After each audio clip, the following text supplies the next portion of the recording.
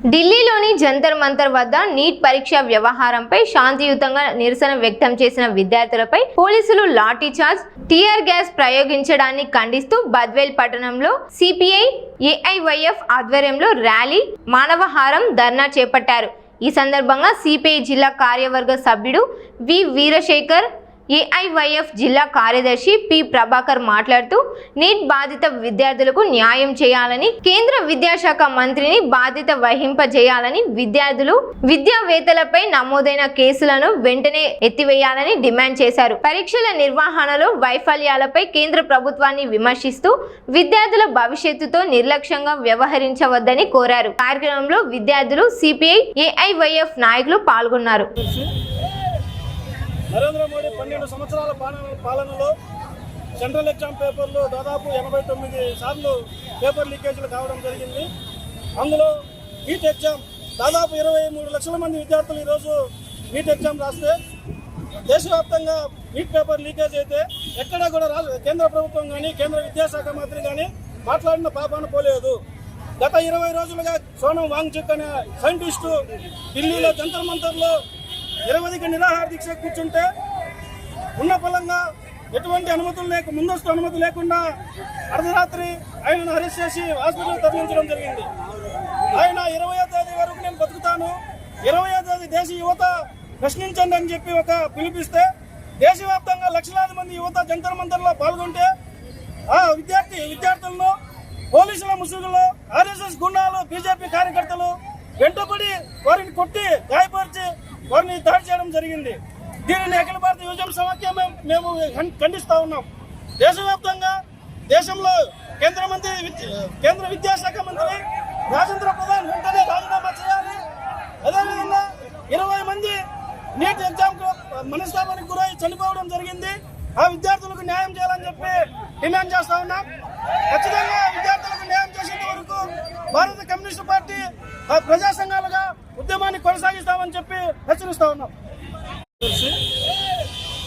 నరేంద్ర మోడీ 12 సంవత్సరాల పాలనలో central exam పేపర్లు దాదాపు 89 సార్లు పేపర్ లీకేజీలు కావడం జరిగింది.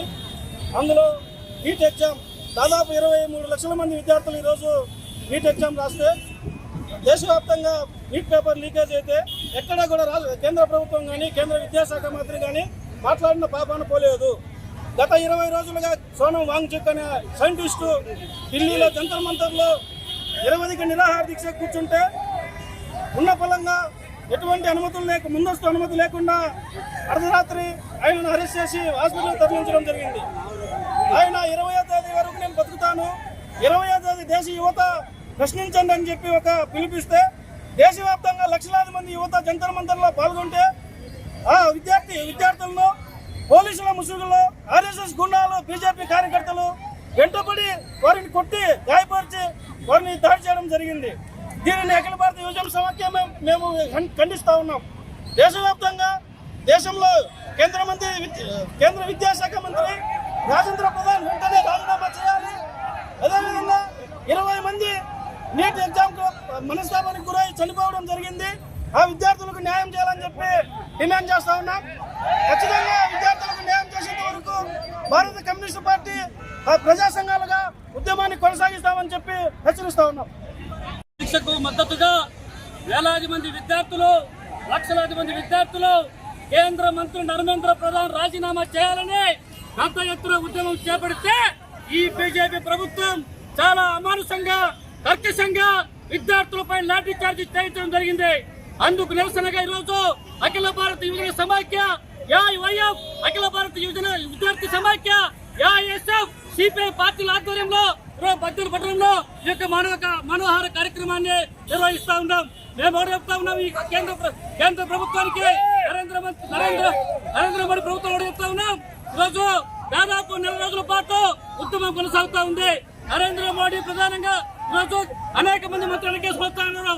ఈరోజు దేశంలో ఎంతో ప్రతిష్టాత్మకంగా ఉంటే నీట్ అనేటువంటి పరీక్షను ఈరోజు లీక్ చేసి మొత్తం 35 లక్షల మంది విద్యార్థుల యొక్క మాన ప్రాణాలతో చెలగాటబడినటువంటి ఈ కేంద్ర ప్రభుత్వ వైఖరికి నిరసనగా పెద్ద ఎత్తున విద్యార్థులు, లక్షలాది మంది పెళ్లు బీకి మొత్తం అంతా కూడా నగర నడిపట్టులోకి వస్తే, ఢిల్లీ నగరంలోకి వస్తే చాలా మానుసంగా ఏమడిగారండి నరేంద్ర మోడీ గారు, ధర్మేంద్ర ప్రధాన్ గారు ఏమడిగారు?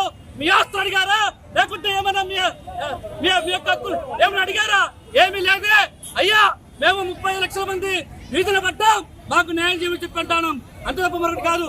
ఎంత దారుణంగా కొట్టారు అసలు. మహిళలను చూడకుండా, విద్యార్థులు చూడకుండా విద్యార్థులపై హక్కు సంఘాలు నాటి చేర్చడం చర్య ఎవరు చెప్తా ఉన్నాం. విద్యార్థి సంఘాలు కాకుండా పార్టీగా ఎవరు చెప్తాను? కేంద్ర మంత్రి, విద్యాశాఖ మంత్రి ధర్మేంద్ర ప్రధానే కాకుండా ఈ యొక్క కేంద్రం అటువంటి నరేంద్ర మోడీ తక్షణం దిగిపోవాలా. దిగిపోయేంత వరకు అవిశ్రాంతి ఉంటే పోరాటం చేస్తామని చెప్పి హెచ్చరిస్తా ఉన్నాను.